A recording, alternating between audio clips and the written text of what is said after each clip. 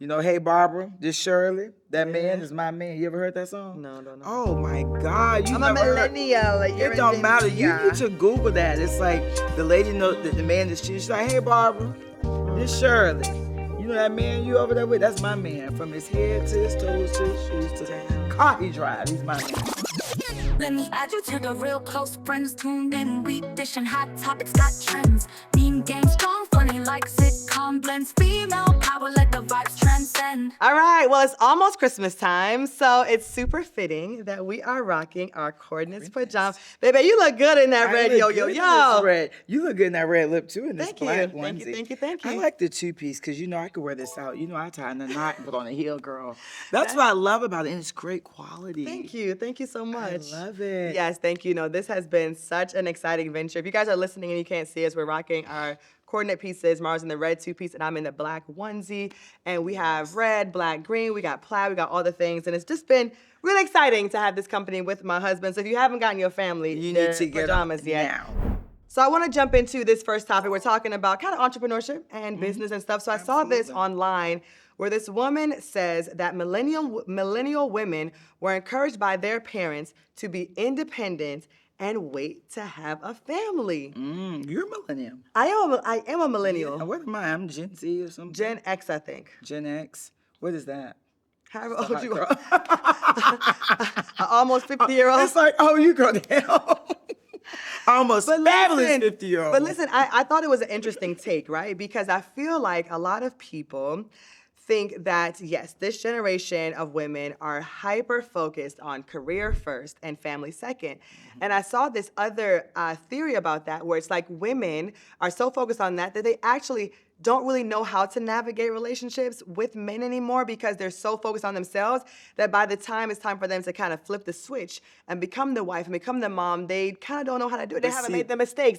Y'all were taught, they were taught, definitely, I don't know if you are, to go to school, work, yeah, I become feel like successful. That was for me too. And they were not taught, go and get a husband or go and do this. Or it's It like was that's a big all they shift. know. Yeah, because I mean, my mom was 21 when she got married and started her family. My grandmother was 18. Wow. So it was like before, it was like the focus for women was all about family.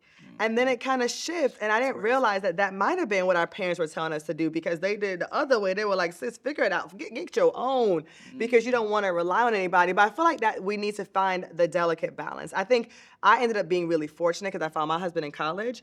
I wasn't looking for a man, but it just happened. And so I think for us, we kind of grew together, and I love what we have. And I learned how to be a girlfriend and a wife as I was young. But I can't imagine for most women, it is hard to figure out how to be that wife and that mom when all you've been focused on your whole life is business. It's been business. And both of you guys, thank God, y'all both were in sports. So y'all were still busy. Yeah. Like y'all were dating and doing your thing, but it's like you were busy and active. But it is true. Because would you say, tell me this, would you say it took years before you realized to be a wife?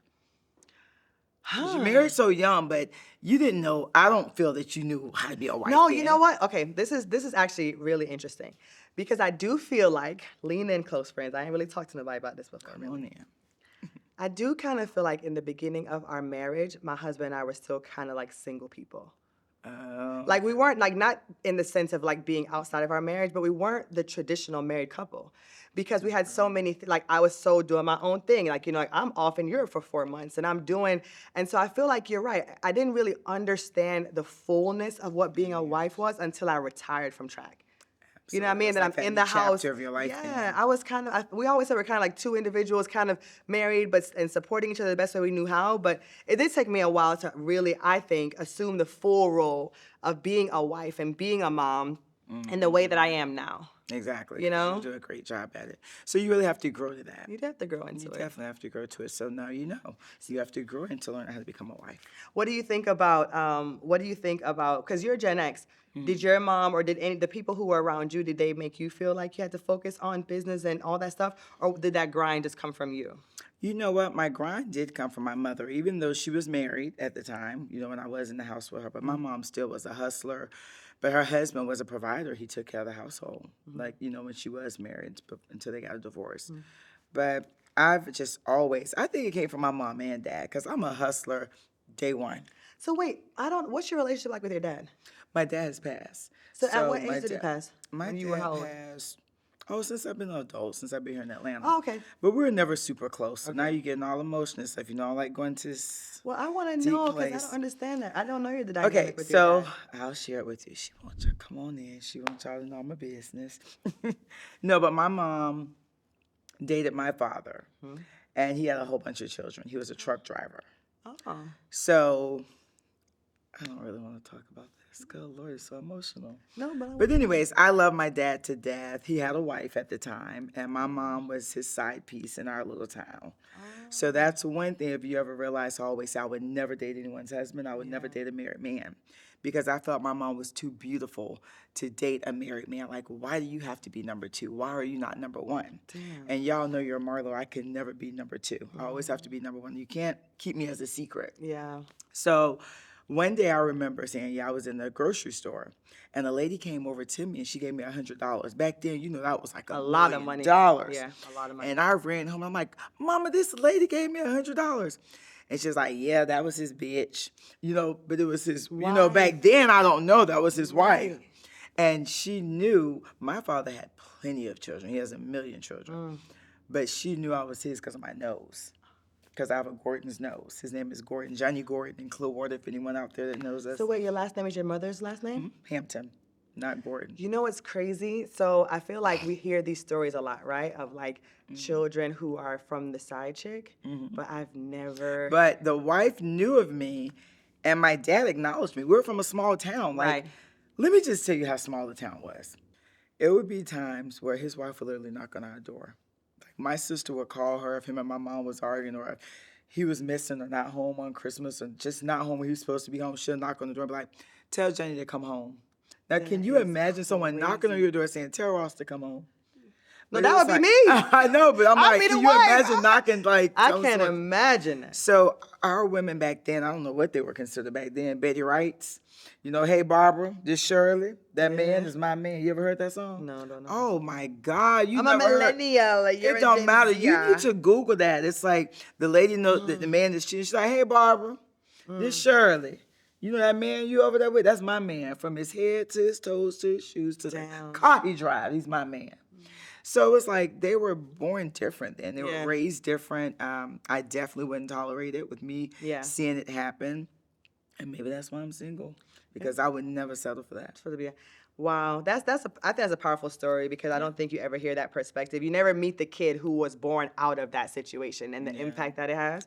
No, But the real obviously- impact was his wife. He had, I want to say 3 or 4 kids by him.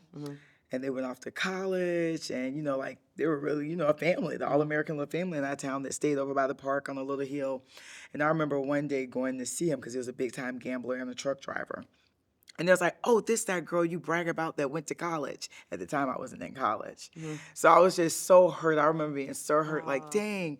And why did you let me go in foster care when you had a great job and your wife had a great job? So I had just a lot of issues. And maybe I do have daddy issues, men issues from it. But I love that man, though. I love him so much. And then eventually it was like, screw you. You know, like, you don't care about me like you should. And how I felt that I deserved to be loved. Yeah. So that's my daddy. Well, thanks for sharing that with me. You're welcome. Yeah. More insight into all of who you are. All right, let's lighten this up a little bit. Let's lighten it up a little bit because I feel like I want to burst out into tears. Oh my God, don't do that. Now be tough, okay? All right, what else you checking for? What am I checking over here? Oh, did you see where Katt Williams purchased huge land and he's going to have a black studio? You see right here? Let me see. Where is it? Katt Williams purchased former Alabama military base to launch movie studios. Not fair to put all that pressure on Tyler Perry. That is cool. Listen, That's amazing. The more opportunities that we can have being created by Black people for Black people, I am salute here Katt for Williams. it. He's so smart. and Baby, brilliant. Katt Williams got this year popping. Didn't he? He started this year off with a bang, and we ain't looked back since. And listen, this is when I tell you, be happy for people, cheer them on. Yeah. You don't know when it's your time. True. Celebrate others when it's their time. True. Because your time is coming, but let it be their time. Yeah, very, very true. Yeah, Katt, call me for a job. I'll be the water girl. I don't know how to act that good, but I'll try. All right, what do you think about this? You saw Neyo speaks on accepting that monogamy was not for him. I did see a clip of that, but you know, how do you feel about that? What? How do you feel? Obviously, I'm in a monogamous situation, and I am too No, jealous-hearted. not you in it. How did you feel? Oh, about sorry about this. Well, listen, I think that I ultimately think that everybody should live in their own truth.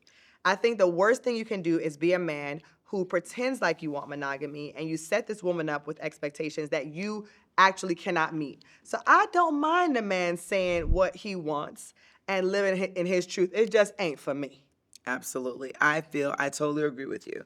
I agree that it may not be for me neither, but I do feel I'm glad he's being honest. And look, at least that man can be happy and just deal with God. You know, he don't have to worry about what y'all say, what the wife say, the kids. Live your best life. You only have one life. As long as you're not breaking the law, live your best life. I agree. Live your best life. I'm happy for him. Cool. Well, I feel like, I wish we could have covered more topics today. Obviously, we got to get out of here. But I do want to share some exciting news. If you guys caught it yesterday, Da da da da da da da da da da da This is on Shark Tank, and we left with a deal. Don't break his marriage. Congratulations, guys. So Coordinates is lit. It was so much fun. On the next episode, we'll talk more about what We'll that talk more. experience was like. Shop coordinates. Shop Coordinates. Shark Tank. Don't miss That's it. when she fooled me when we told you guys the story. Yes. She told me she didn't get the deal. I'm like, screw them on Shark Tank. Da, da, da. But my baby got it. You deserved it. I'm so All right, real excited. close friends, tune in for the next one. Happy holidays. Happy all the things. We love you. Soon. We got the tea hot, we got the tea. If you like what you see and hear, don't forget to subscribe, like, comment, do all the things for the Real Close Friends Get podcast. ready for trends. Laugh so loud, our hearts will cleanse. In this inner circle, sisterhood extends.